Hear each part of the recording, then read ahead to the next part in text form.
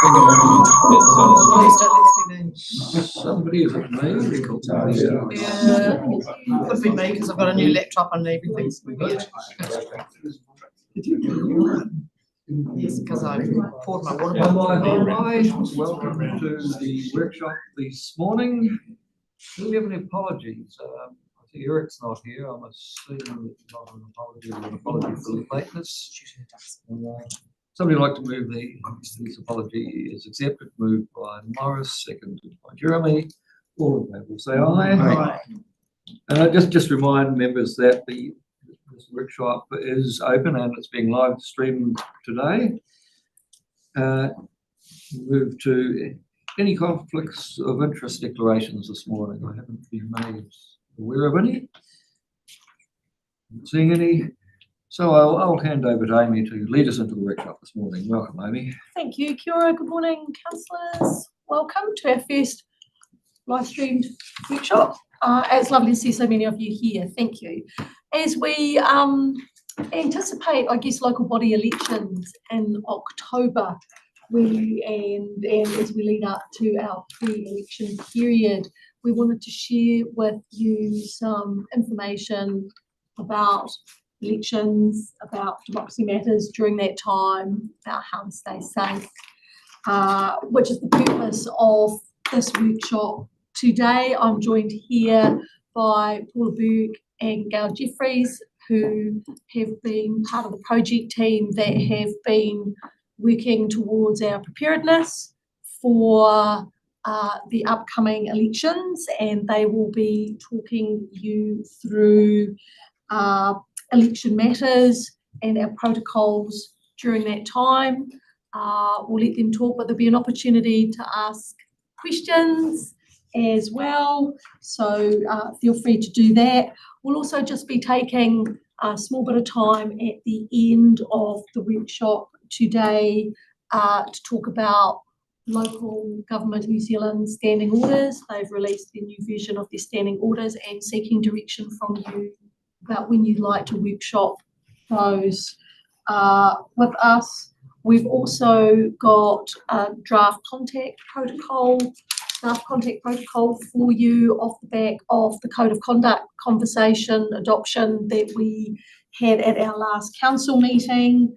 And as we anticipate going out and talking to potential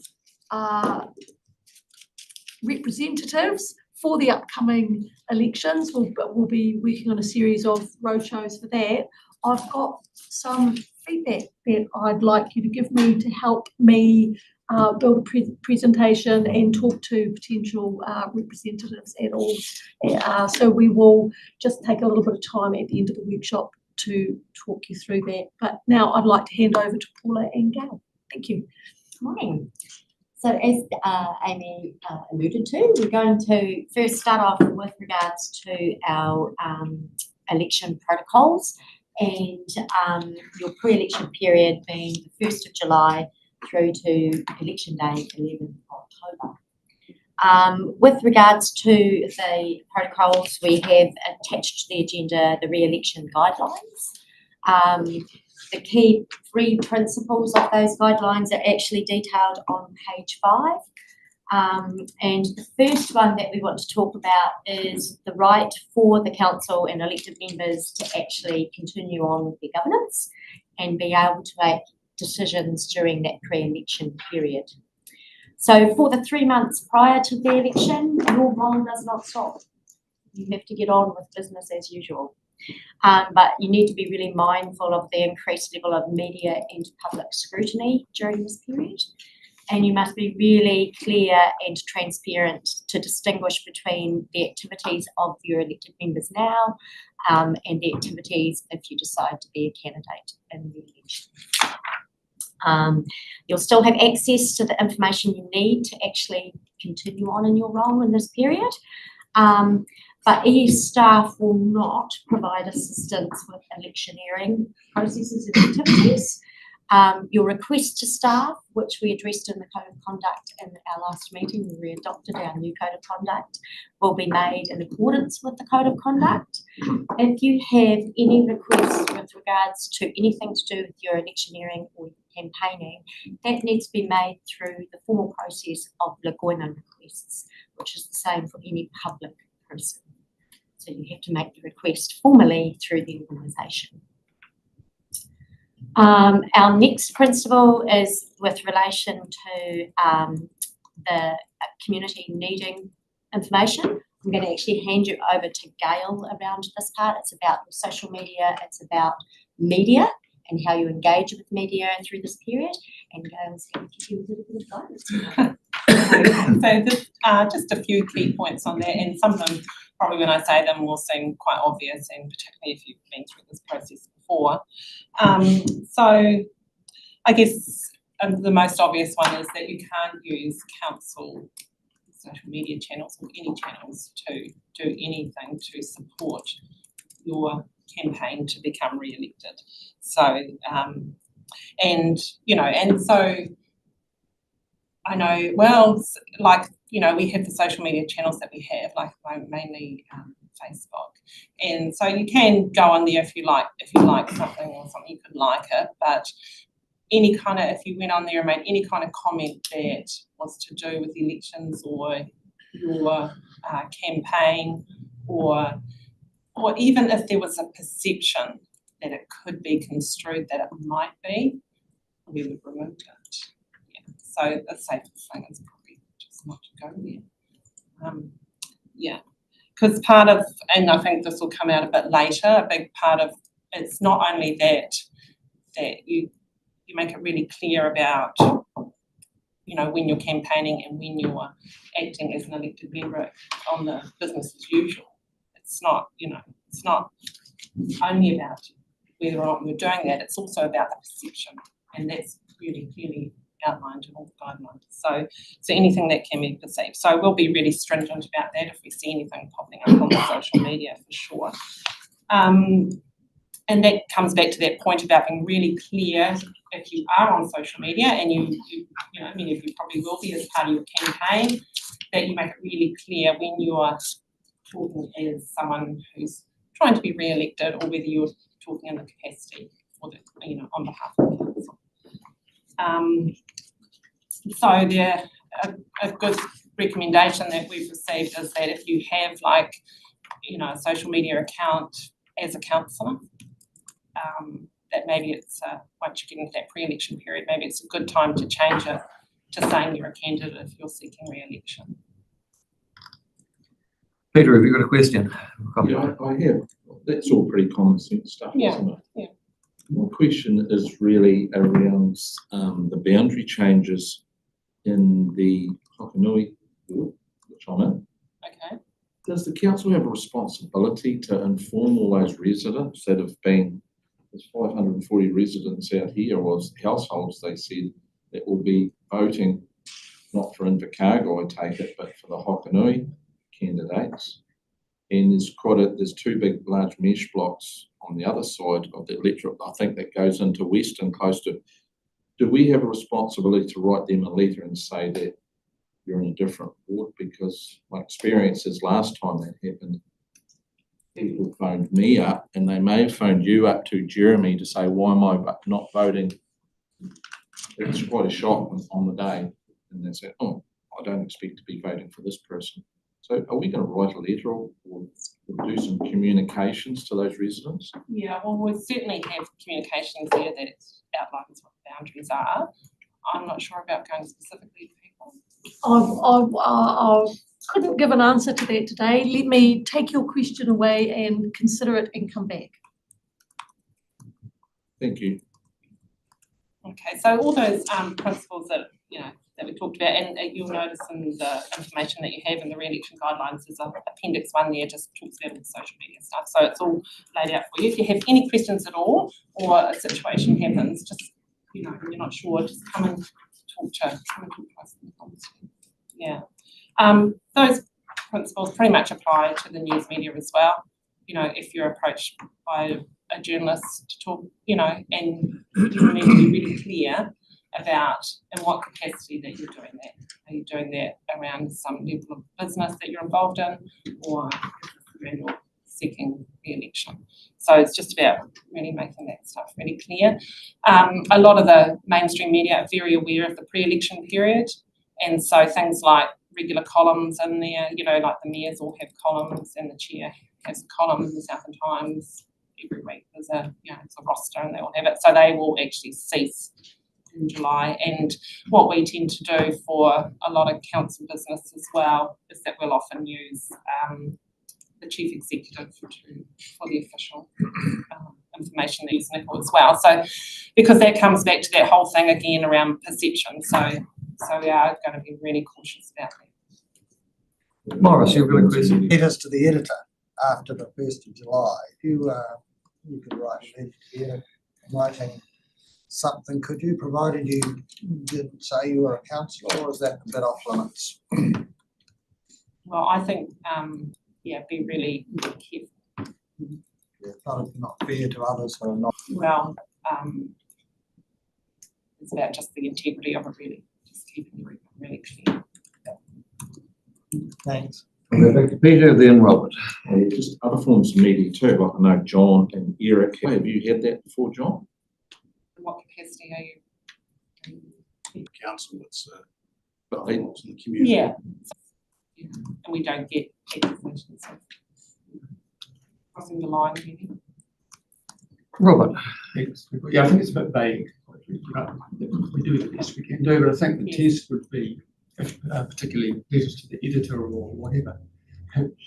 Are you regularly doing this, or have you just started up a program? Just, you know, but that's the test, isn't it? And we should know about that. We know. Yeah, we just, I know from our perspective, we are just very cautious, because you're right, that would be something you could explain, but you don't want to be in a position where you're having to explain yourself. No. Yeah. Okay, carry on. So what I'll just say, just to add to that, in the guidelines themselves, there's a really clear section on page 9 about avoiding electioneering, and that actually addresses most of what Dale's actually addressed. But again, if you do have questions around that, or you're not sure and you need further guidance, please come and actually ask us. But those guidelines in there are actually very clear. Yeah, but happy to help. Happy to. Excellent. So the next principle that we really need to address is really the use of ES devices and branding and stationery and meeting rooms, parking, asking for mileage claims when you're actually going to a public meeting that's actually about your campaigning. Through this period, you are not entitled to do that. So you have to be really careful that if you're actually in a public meeting and you're actually doing something for your campaign, you're not wearing your ES branded clothing, you're not driving an ES branded vehicle, and you're not using our stationery or postage to actually send out information to actually assist your campaign. With regards to using your devices, if you get a request from the community around something to do with your campaign and it comes to your ES email address, you're not to respond using that address. You need to then go and respond using your own personal address. So it's really important that you actually have the defined difference between personal and I'm campaigning versus I'm actually doing business as usual as an elected member. Any questions? no forwarding of emails to a personal account. No trouble. Sounds like it's the opposite to what's going on in Parliament at the moment. Yes. So that's effectively the guidelines and the protocols.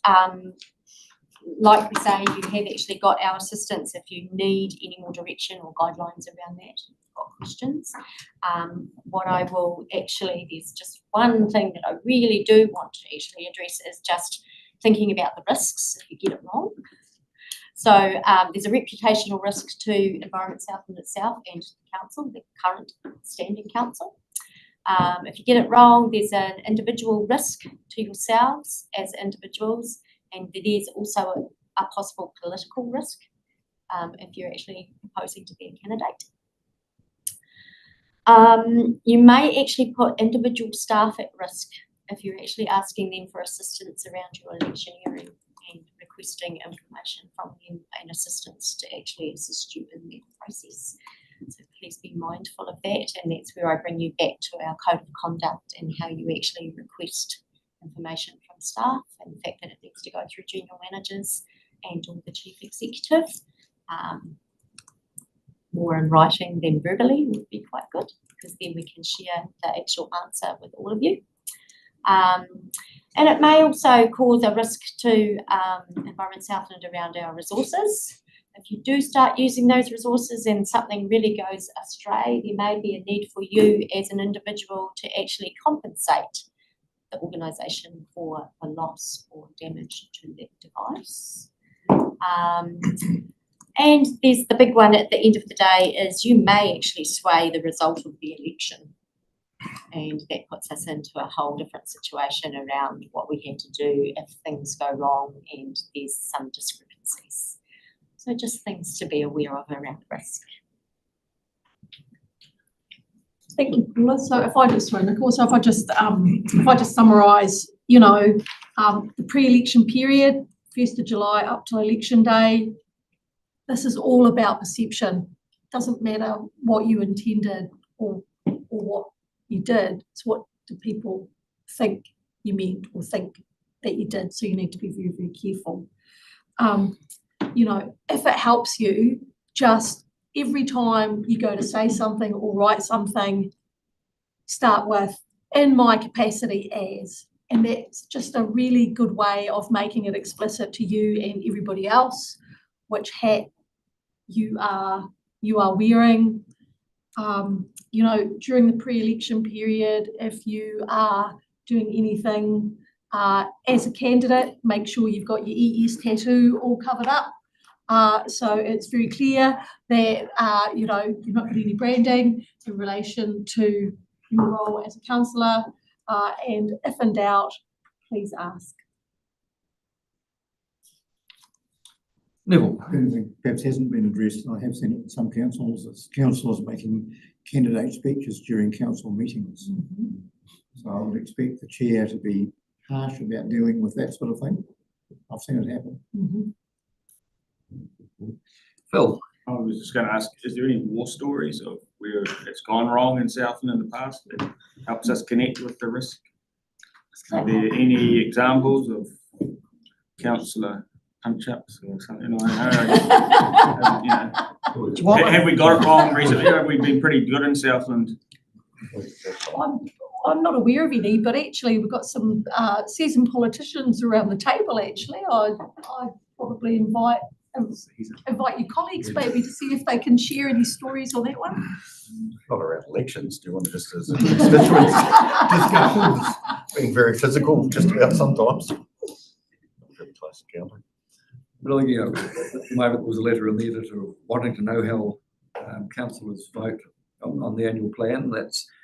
That'll be a transparent thing, but as it goes further on, those sorts of things, I guess, can get a little tricky.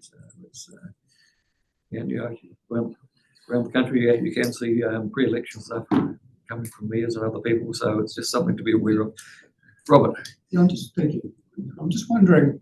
I note that the ACT Party has made a declaration that they're going to be actively standing candidates for all local body elections this year, and their modus operandi seems to involve a lot of money, a lot of billboarding and so on in terms of central government. So I just wonder if that's going to have a significant effect on what happens around here and whether that's been taken into account. Because from my point of view, it's a powerful factor in the same way that we talked about groundswell as being likely to influence central government, the recent central government elections, and they did. So we've got to think ahead and be adroit and not just, it's not business as usual, I feel, this time around. It's going to be quite different. And there might be a much more aggressive campaign launched at local government. That's my belief. And obviously in those cases, any contributions need to be declared at the end of the process. Destroying the visit. Robert Guyton, endorsed by that party. I said no to them. They lost one guy. Interview Very keen.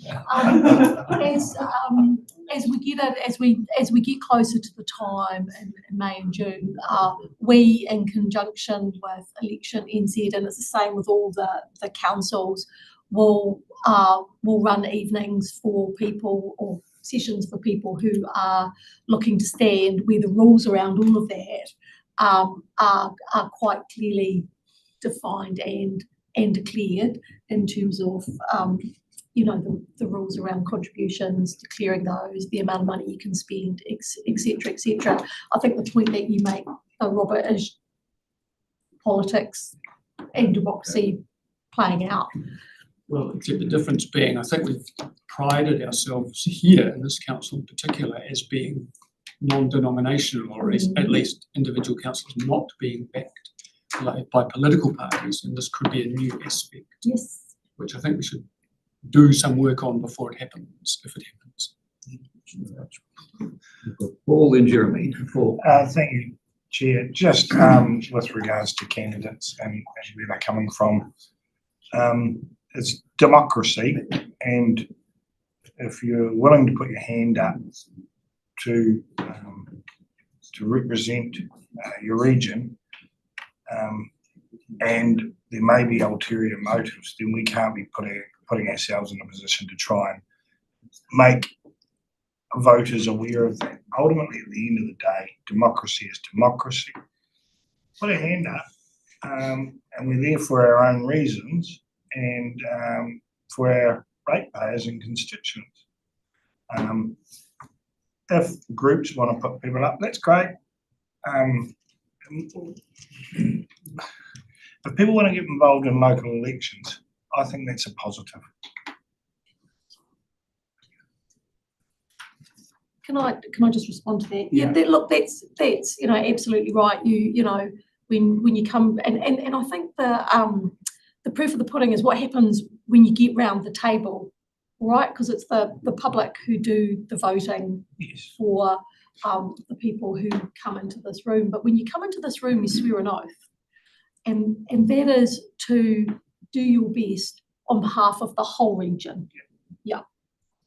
And that's, so you do come to the table with a hat, and you share information maybe with a hat, but when you're making your decision, the oath that you all took is to do that for the benefit of the entire region. Jeremy. A couple of things, but just to respond to Robert, at the end of the day, we have to write down if we had had any funding or anything from outside sources, and there's nothing illegal about, that you can't start shutting down or you've had some money from someone, or so it's part of democracy working away. If someone wants to chip you a few dollars, not that, but you have to declare it.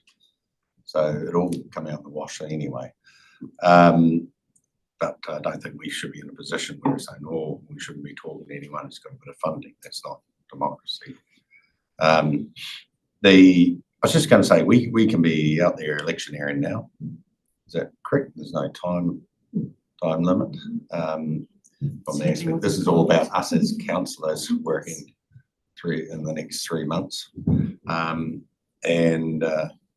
So I was just clarifying that. That's all I was wanting to clarify, that everybody knows that they couldn't be out there and have a state where their position is and everything now. All good. Peter. Yeah, if we have an opportunity as a council, I've just been reading in the media quite negative articles about stepping up to local government, about security of members and people standing. It's not painting a really good picture, I don't think. Maybe if the council, apart from the councillors, have an opportunity to talk about it, we do talk in a positive way if we can. We have so certainly, and I think the onus is on the chief executive, particularly as it's so named. But we do have an obligation as a council to promote democracy.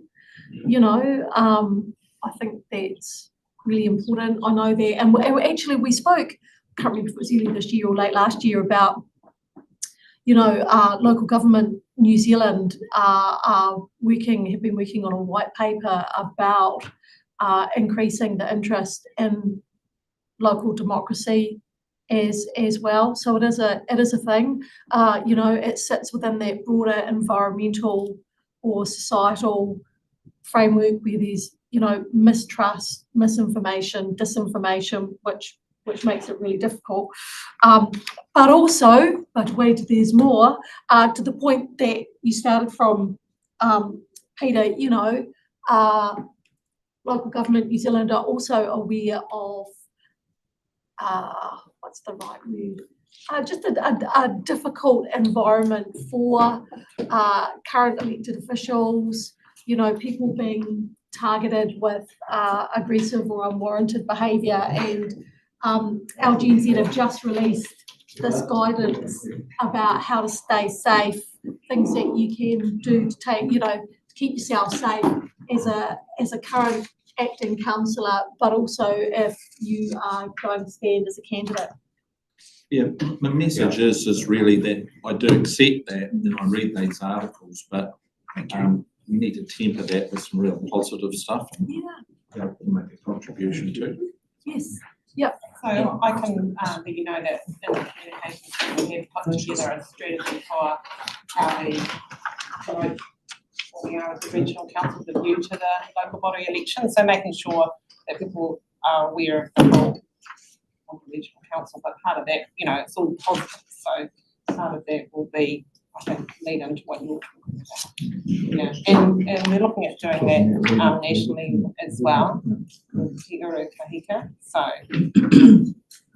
yeah, putting some, mainly with making sure that regional council voice is heard, really, because often it's pretty heavy with the TAs, and they also have the advantage of where people get to elect a mayor, and because the people don't elect a chair, it's kind of one less thing that we don't have to leverage. So yeah, so there's definitely going to be a push to, yeah, and it'll be positive from our perspective.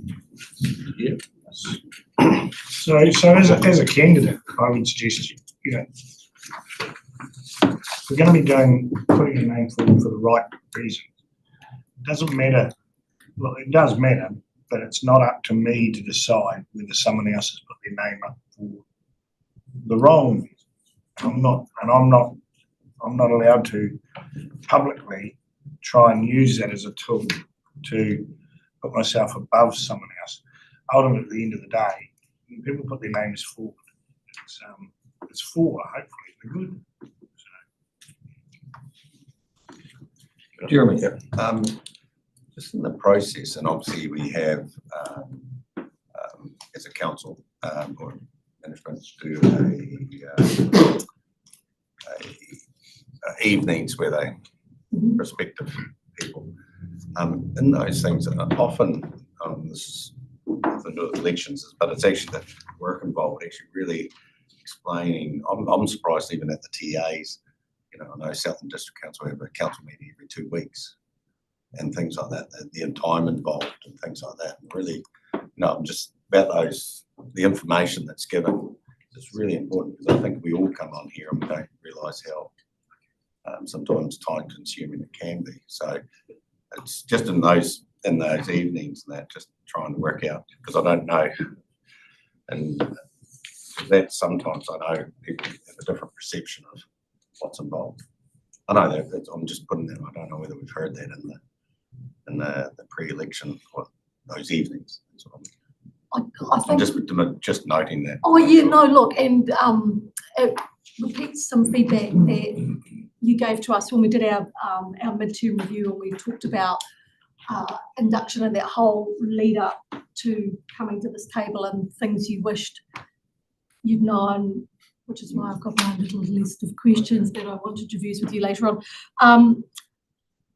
But one thing in relation to that, because we have piggybacked historically just with the TAs and not run our own candidacy sessions, that information has been difficult to get across in the same way. And, you know, we listened you know, when we had that session with Steve and Vern, and I think that's really, well, we're going to be running our own session information evening for people who are interested in standing for this council, and I think that's really important for us to have our own identity and brand as part of that, and to absolutely speak to people about the commitment and the requirement, you know, the highs and the lows, the things that people need to be aware of when they are standing, and I'm really interested in getting information from this group of people and your experiences, so we can share that in a non-attributable way,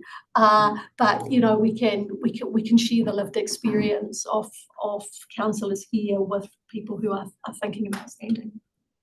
No, I think that's good, and I think we probably want to do the combined ones as well. But Yep. I think we've got to portray it as a positive job, which it is. But you know, some people arrive in the building on a one issue type thing. They don't realise the breadth of what we do, and so some even don't realise. Oh, I thought you'd be meeting at night. It isn't. I've got another job, sort of thing. It's sort of all that something we need to get out there that this is what you're putting your hand up for, so that people can make informed decisions.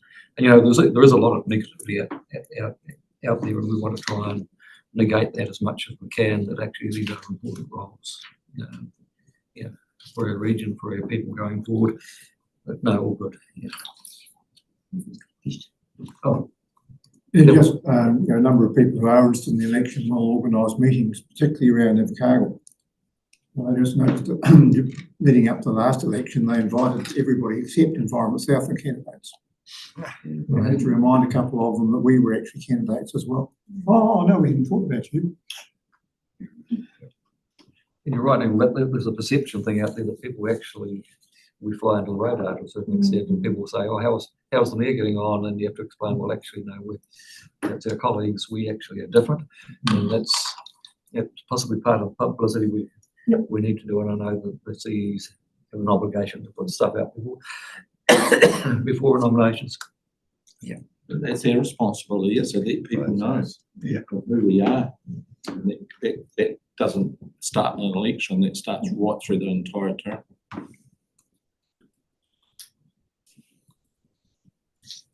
Okay.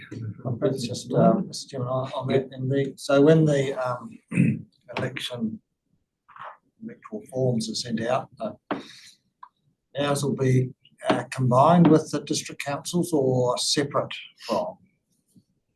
So they're sent out by the TAs. Yeah, so they will the TAs.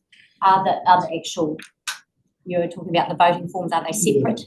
I can't answer that for you right now. I'll come back and let you know.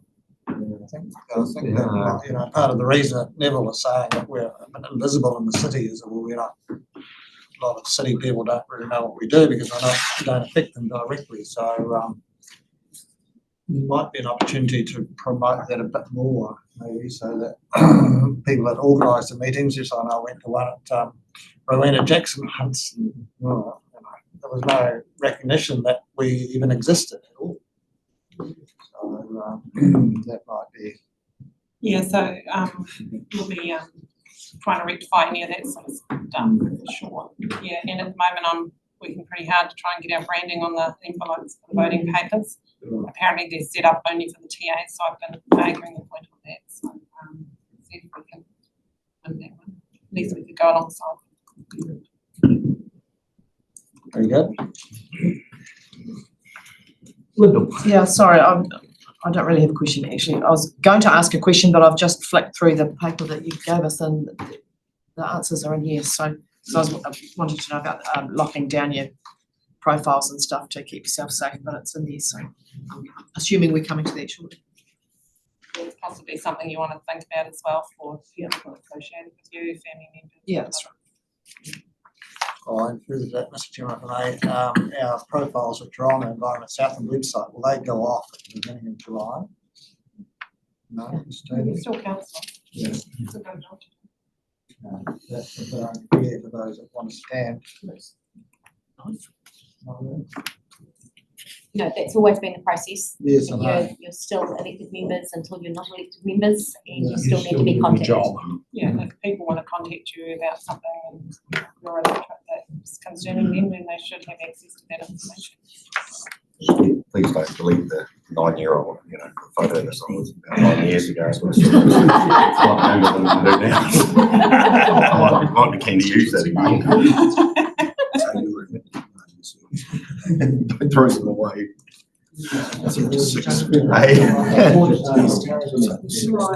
All right. Okay, anything else on elections before we move on? You look like you're a 10. Okay. Thank you, Gail. Might be good for me to exit Greendale and hand over to Jeremy to. Thanks, Nicole.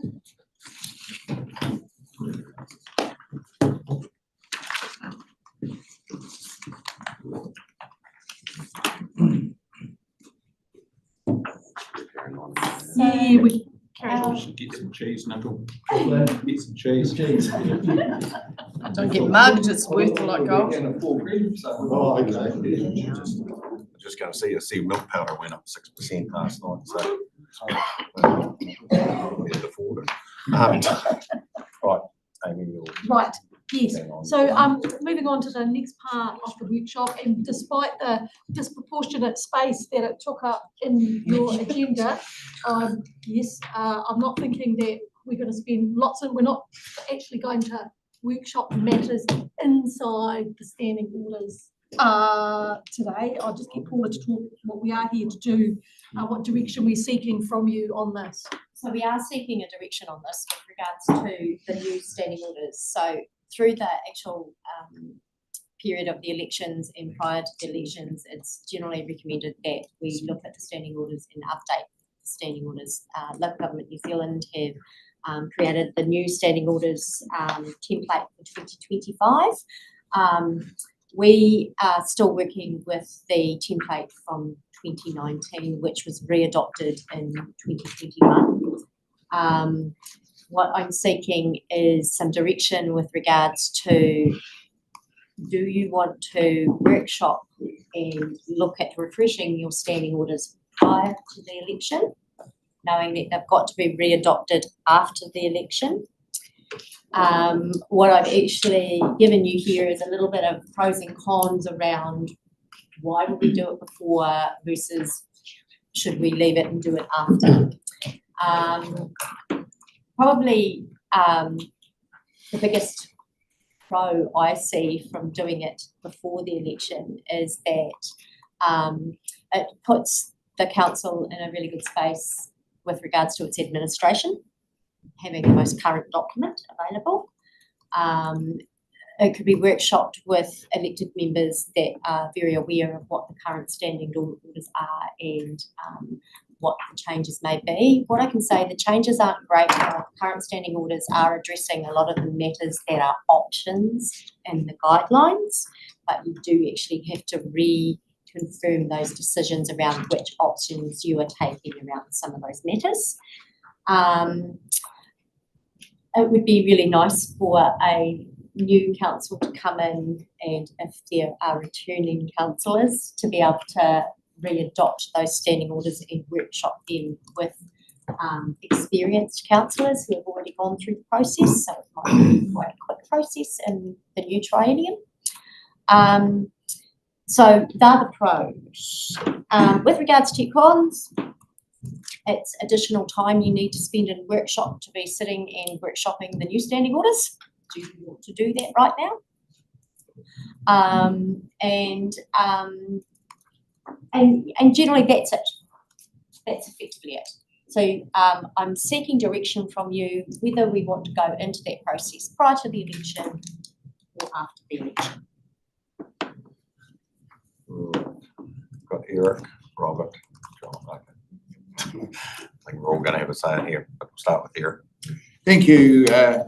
I think it would be helpful if we knew where and if there are changes of substance in what we dealt with before, and then we'd be able to say, well, we need to immerse ourselves in this or not. Because if they are pretty much a rollover with a few finer points, shouldn't be too difficult for us. So on the workshop agenda purpose, you'll see that I've just given you what the standard changes are. So they have actually strengthened and brought the principles forward in the document to the front of the document. So that's not a big change, but they're actually just defining the principles a little bit more and strengthening them up. There's the change around people joining via non-audio visual means and whether that counts as a quorum.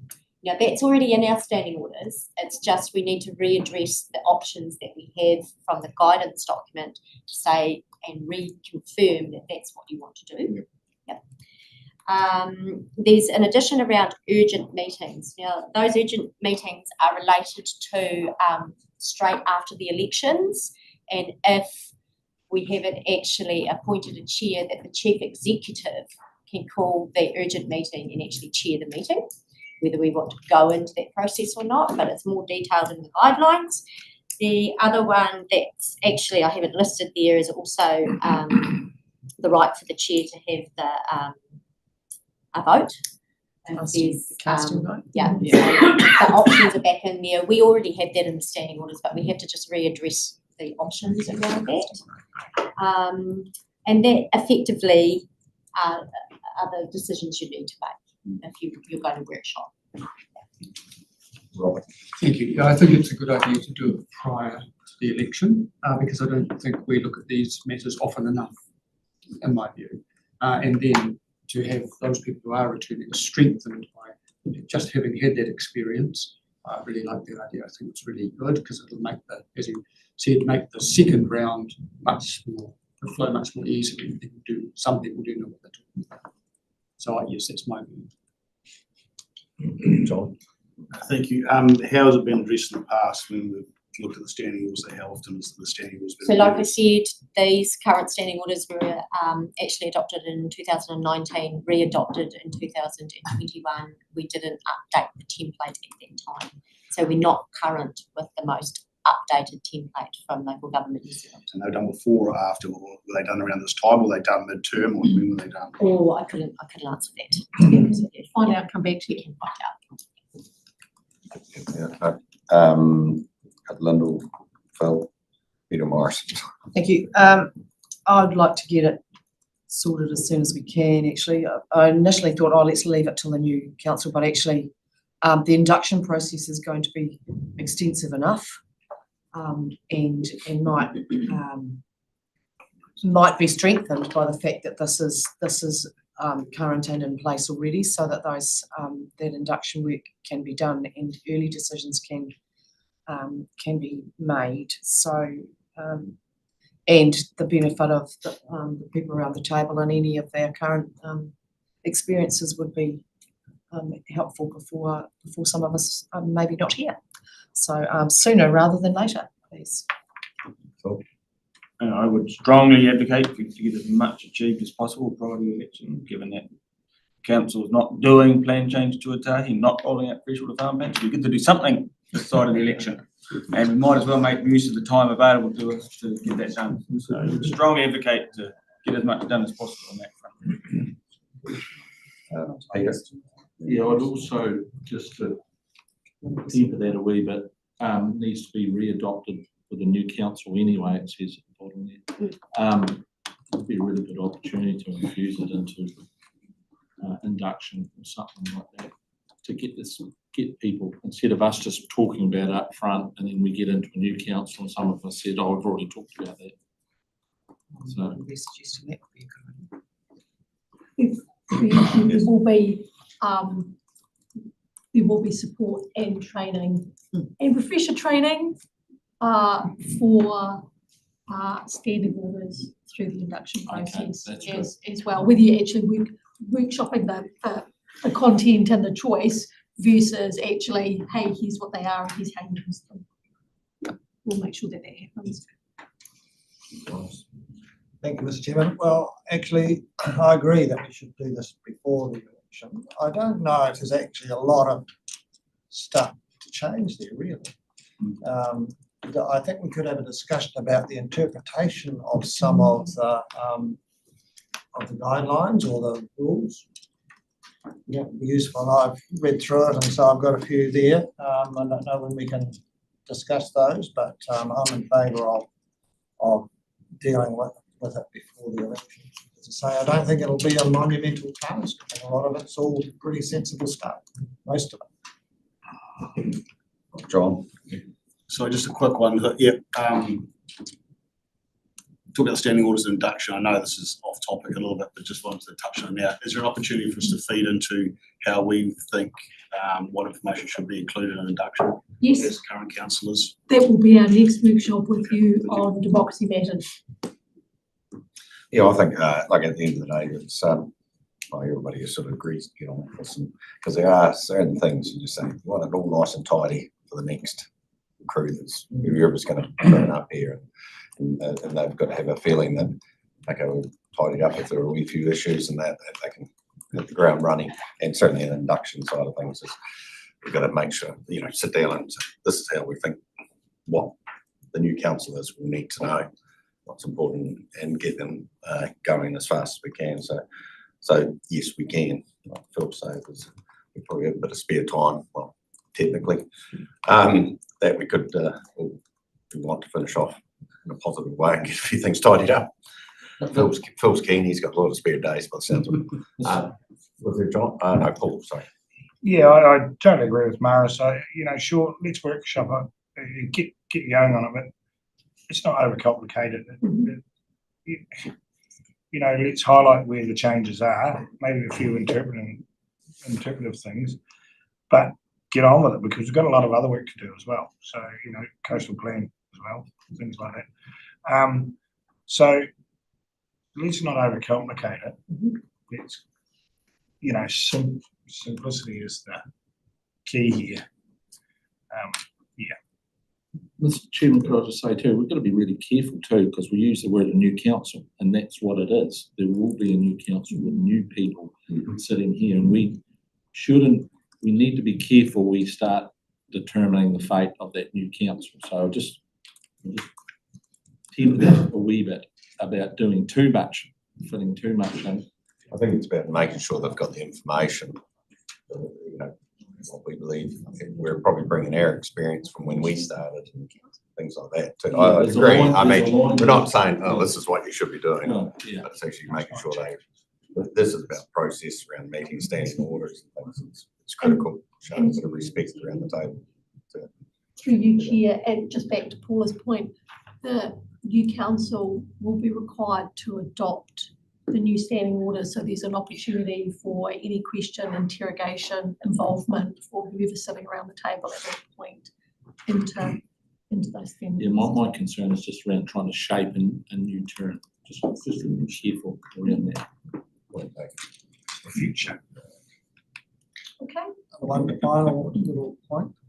Sorry, and both in our council's report and in the local government report, the term joining by non-audio visual means to be counted as part of the quorum. Surely that should be joining by audio visual means. We will. Non-audio can be quite handy. We'll- Handy at times to see you but can't hear you. We will note that point, and when we actually come to workshop it, we will be very clear the actual point that we are making. Thank you. Fantastic. Right. Are we all good on local standing orders? So the direction that we've taken is that we'll get on with that, we'll schedule a workshop, and we'll do this with you, and we won't overcomplicate things. Yep. Fantastic. Thank you very much for that direction. So just a couple of things to finish off with. We've prepared, we've prepared a contact protocol for staff, which sort of ties really nicely into the conversation that we were having about both how we operationalise your code of conduct, which was the subject of our previous council meeting where you adopted your new code of conduct, but also sharing this information with you as we come into the election period as well. So hand over to Paula just to talk briefly about that. So I have very quickly drafted a protocol around this to support the code of conduct. And as you are aware, in the code of conduct, we've said that any contact with staff needs to come through or via the general managers or the chief executive. And what we noted from that meeting was there does need to be some exceptions to that. Within the protocol that I've drafted, I have actually stated the exceptions. Those exceptions being if you need governance, democracy advice, that you can contact me directly via email. If you need governance, democracy, administration advice, or you need to submit forms, etc., you can contact the executive officer, being Jan. And the other one being IT systems, device issues or faults or system errors. So you need to submit a help desk to our help desk, which is just an email address, which is in the protocol, but copy in the General Manager of Corporate Services. This will produce a ticket with the IT support team who will prioritise your issue. Well done. Yeah, I've got a few questions. John, Paul, and then Eric. So, sorry, I've been absent for the last month, so well and truly out of all this discussion. Just wondering if what has been discussed, councils that have business that interlink with Environment Southland, i.e. farmers, if they need to get in touch with people that are the next level down from GMs, what is the channels there? Because obviously when you have multiple hats, sometimes one conversation can lead to the other. So what is the clarity around that, please? So the clarity around that is we actually had a manager come to me with that exact same question. So when you're contacting the organisation and it's actually purely on a personal basis and you are having a discussion around a personal matter to do with farm or farming or consent or anything like that, you stay within those boundaries of it's personal. If you have an additional request that then becomes something to do with council and elected members and a request to staff around that business, you have to then stop the conversation and go into the other process and use the protocols. That clarify that? So where we got to in our conversation, in the spirit of keeping everybody safe and the organisation and the staff within the organisation on track, you as councillors should only be directing any queries through the general manager, and the general manager will then either get an answer for you or work out a process for you to speak to a staff member, but that's unlikely to be without the general manager present, okay? If you have a personal matter that you need to be discussing within the organisation, you should be contacting the organisation in the way any other member of the public should, so as not to confuse the boundary between the two matters that you're discussing with staff. And if I go back to the guidance I gave you at the beginning, which was in my capacity as, just be really clear about what hat you're wearing when you're engaging with the organisation and the people in it. Paul and Eric. Yeah, thank you for that. Clear, but a bit confusing right at the start. You said through general managers and CEO, nothing about chairman. The chair of any committees. So with any questions, can we not go through the chairman? We can then forward it through to the organisation for us.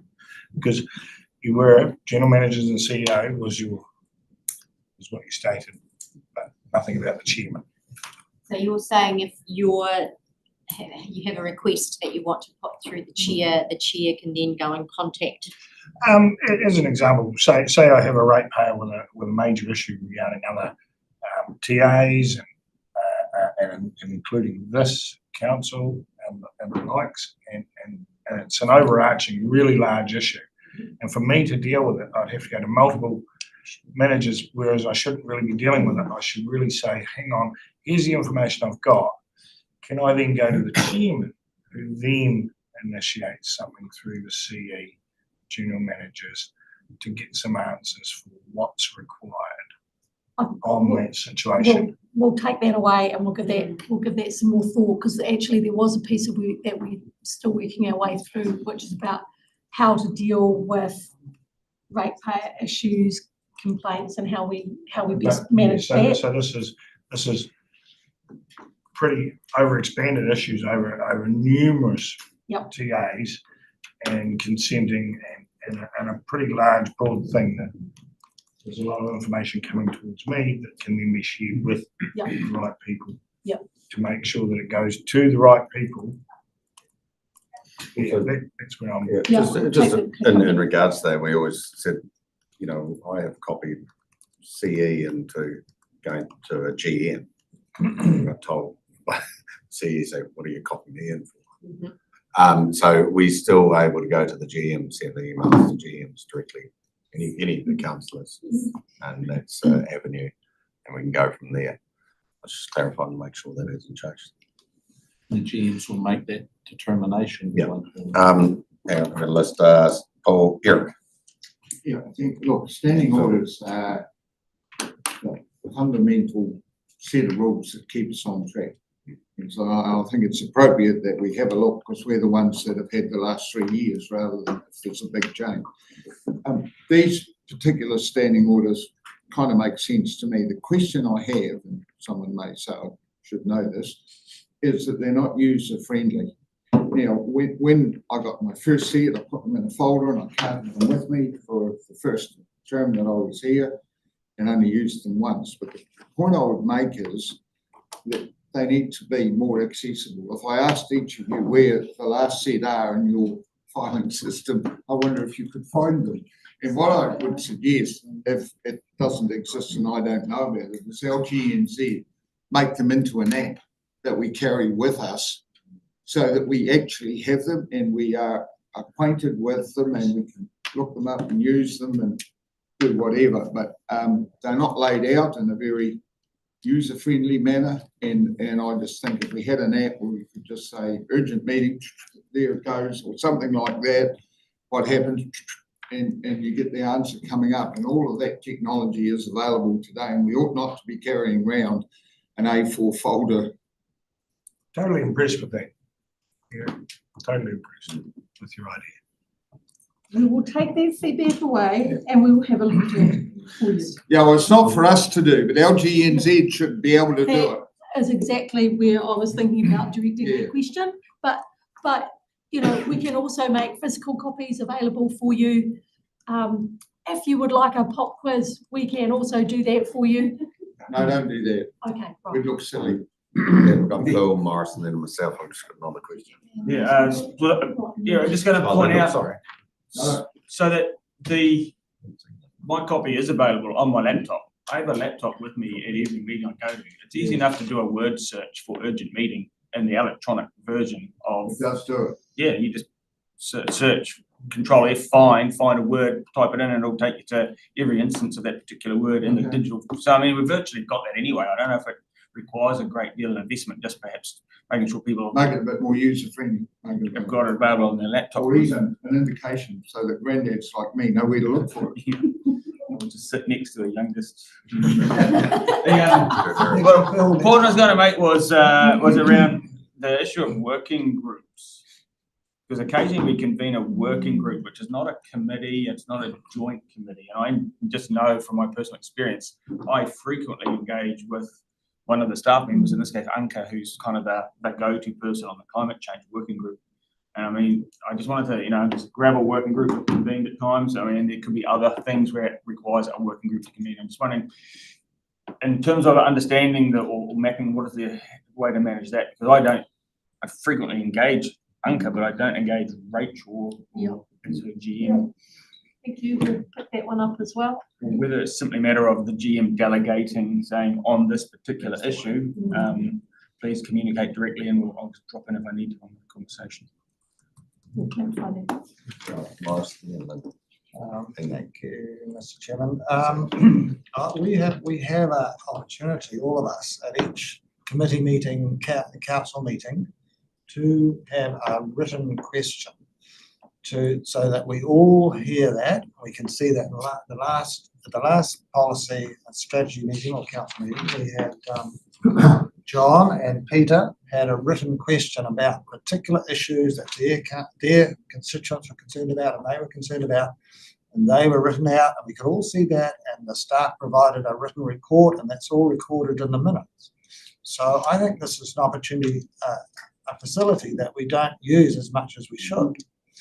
I'm a little concerned about individual councillors going to a CE or a general manager and talking about a particular issue without the rest of us knowing about that. This is an information inequality, and we're all here to represent the whole region. So I think that that kind of thing should be avoided if possible. And if it's for a little thing, then maybe that's okay. But if it's something that's important, if your constituents are worried about it, then it should come to all of us, and we should be able to deal with it properly. And I think that facility that we have at every committee meeting, at every council meeting, we can write a question and we can get a written answer, and it's recorded, so we can, if we forget about it in the future, we can go back to it and say, well, this is the response to that, and this is the.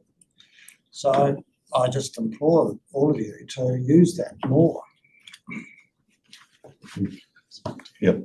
Well, the other thing that's really helpful for that as well, if we get the questions in advance, that means that staff can do the work and prepare a fulsome answer for you. And yeah, I echo the point that you're making, Morris, about that information asymmetry.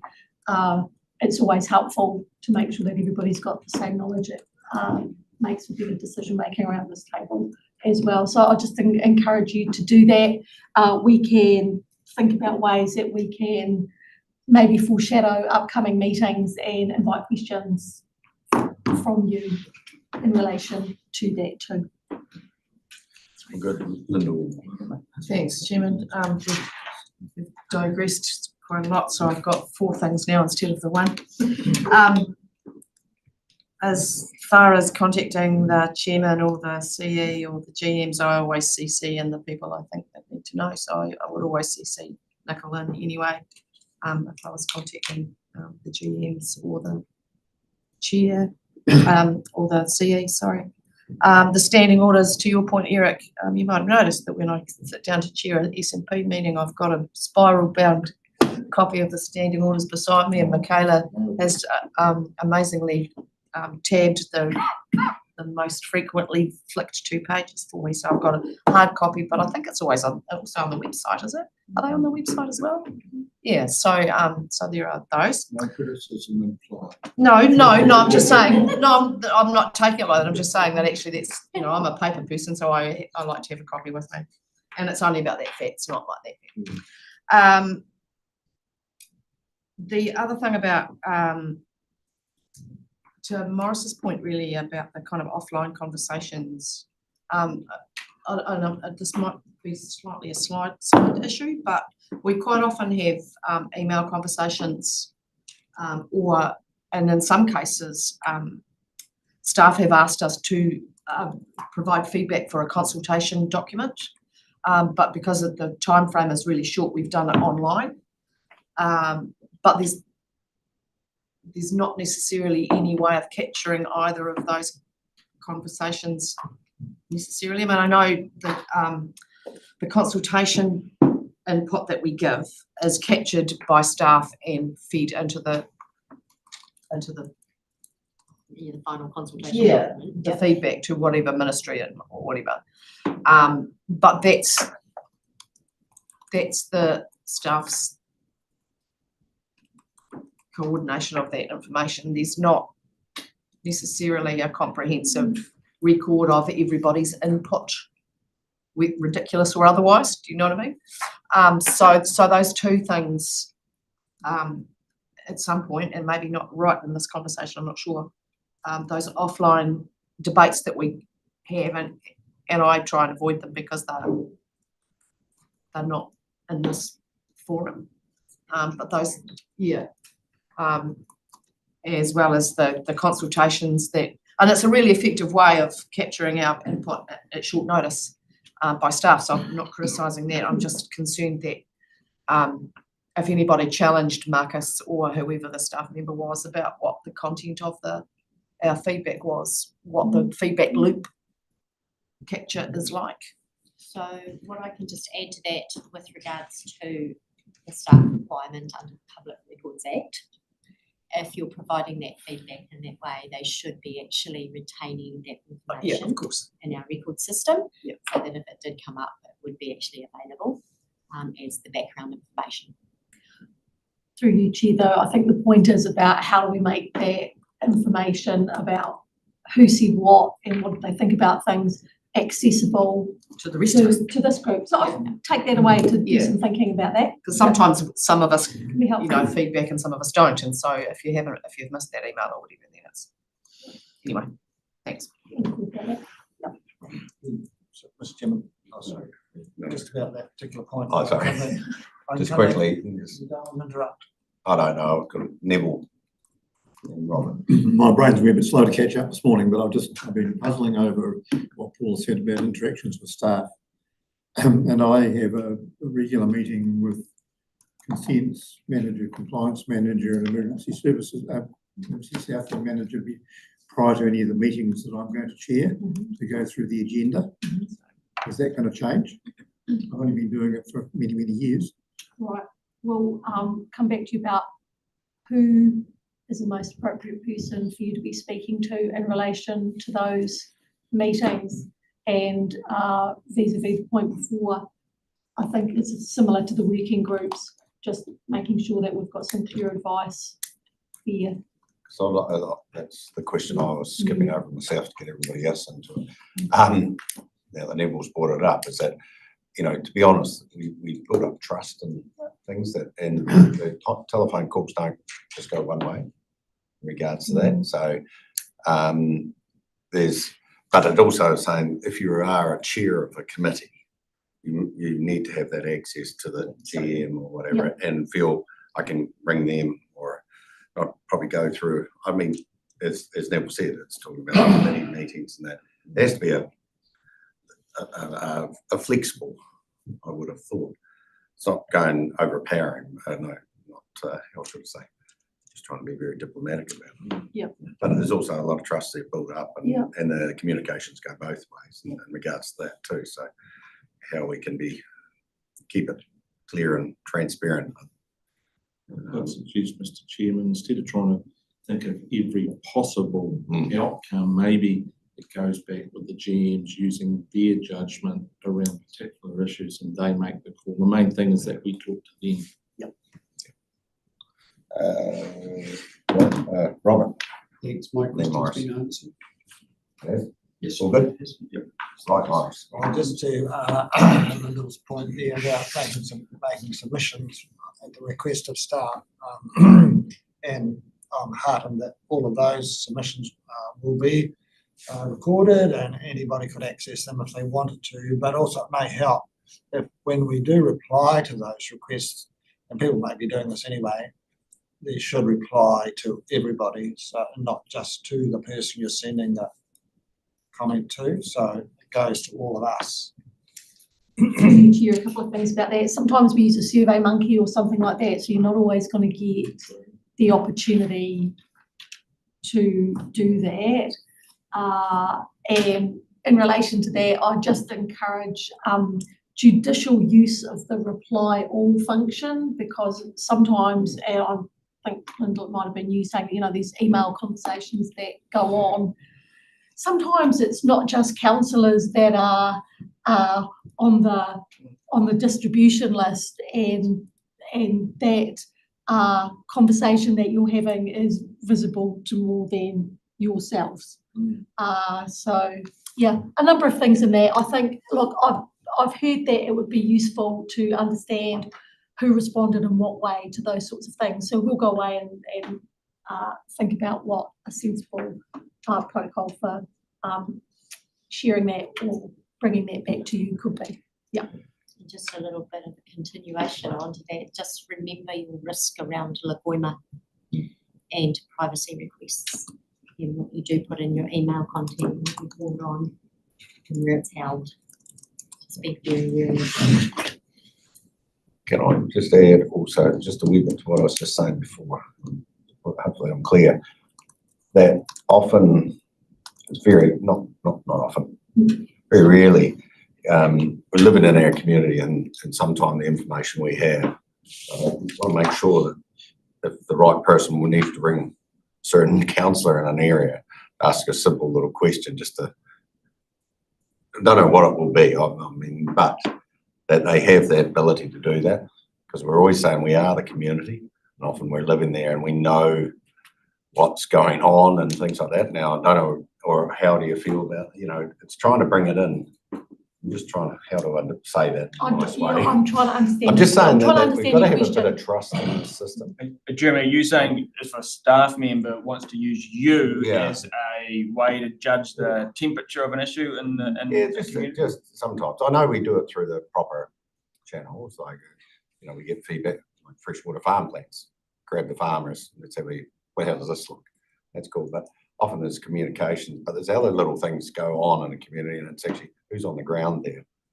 And it might be, it's not giving away any secret information, but it's just a heads up, or do you know, or I think how do you feel about this? And I think it's hugely important in the community we live in.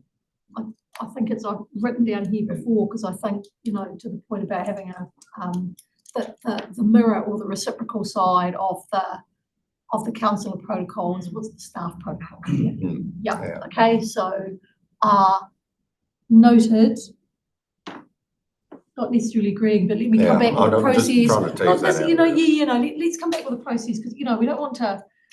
We want to be enabling and all of this, but at the same time, we need to come back to keeping people. You know, why do we have a code of conduct? We have stakeholders.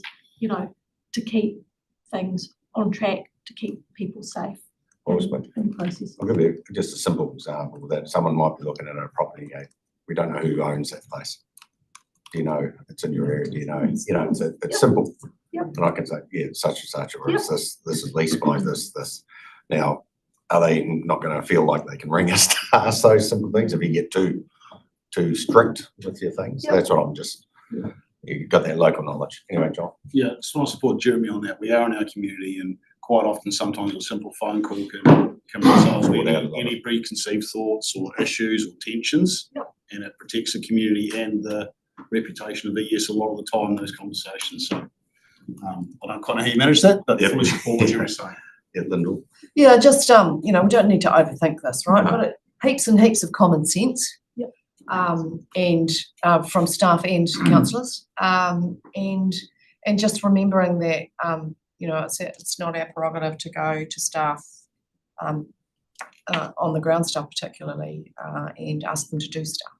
That's the thing, right? If we need something done, then we or we feel we need something done, we discuss it with the right committee and or the right GM or whoever. But let's, you know, I don't think we need to overthink it. Just use a bit of common sense and go to start at the top rather than the bottom if you've got a request. Sounds good. So through you two, just to sort of round off that point, and picking up on Lyndall's point, yes, applying common sense. Yes, let's think about processes for getting important information and the pragmatism, but also with love and respect, just reminding you all of your roles and responsibilities, which is as governors, not anything else, not management, not staff. You are the governors here as well. Okay. I've just had an example. It's a real-time example of someone communicating outside of the council for a planting day in a catchment group. So just had an email pop up in my councillor email about that, copied in with other staff from the organisation. What to do? I love that you said other staff. So confusing. Right. So Anything else? So, Any other? lots of really good feedback. Thank you. We'll take that away and we'll beef up our protocol. We will try and cover everything. There may always be exceptions. Back to point number 4 and my thing about the election. If you're not sure about a situation, please ask. I prefer the permission rather than forgiveness route on these matters in the spirit of keeping everybody safe. Grand. Right, I've got one little job left for you all prior to us finishing off our workshop. So to assist us with the elections workshop, going back to the feedback you gave us in at the midterm review about inductions, about how can we tell people at these representative evenings more about what it's like to work for council. I would just like to ask you to take 5 minutes using your best handwriting to answer 4 questions for me. And those questions are, and I can get pens if you need pens. Why did you stand? Got those. What's the best thing about being a councillor? What have you enjoyed the most? What's the thing that you've enjoyed the least? Pie time. And what's one piece of advice that you would give a new councillor or someone thinking of standing? And I just want to get your lived experience so we can share this in a non-attributable way when we are talking to people who are thinking about standing, about actually what's the reality. And we've got other pieces of information that we got from you about the amount of time it can take and things like that. And we're also going to be workshopping information for the agenda. But if you could take just a couple of minutes now just to do that before we close off today. You don't need to put your names on these, and I'm not marking your homework. So What's the point? I can if you would like to. It's such a bloke thing to No, not marking it. Sorry. It's what I did at school all the time. Is it worth any credits, miss? And if you want to skip any of the questions, feel free.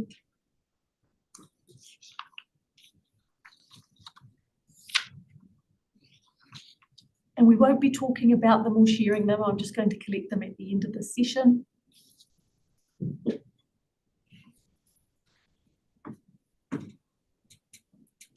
think this is the quietest you've ever been. Let's do this again. Brain. My tummy to start rumbling.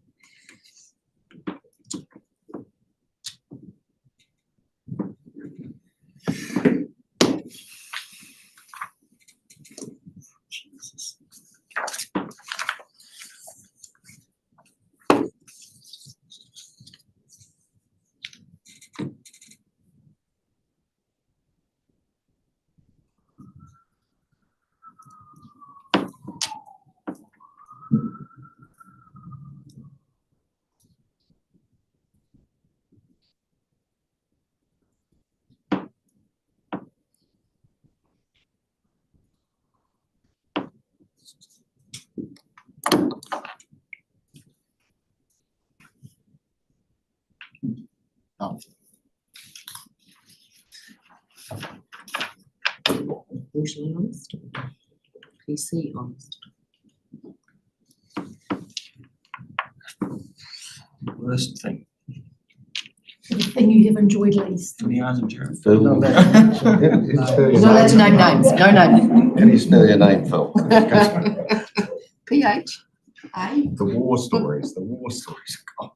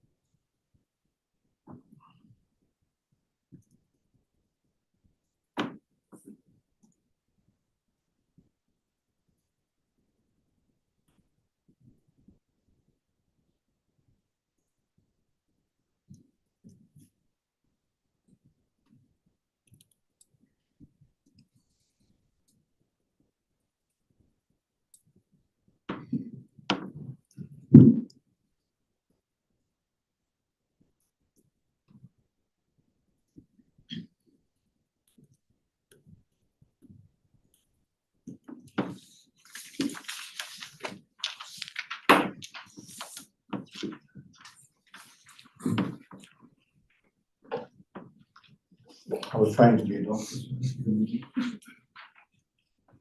Just close the workshop. Even without the glasses.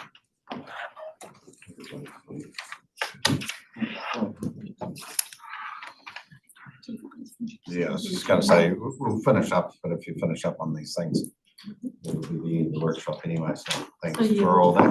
Bring the workshop to a close. Thank you, everybody. And if you've got any questions, please ask. And if you think of anything else that you might have wanted to have said on the car and the way home, you know, feel free to just drop us an email. Can, I've just had a quick flick through this, colleagues. Some of this is super helpful, so if you haven't had a flick through it yet, especially the social media stuff at the beginning. We can, we're gonna make a copy available online Yeah, as well that's for really- you.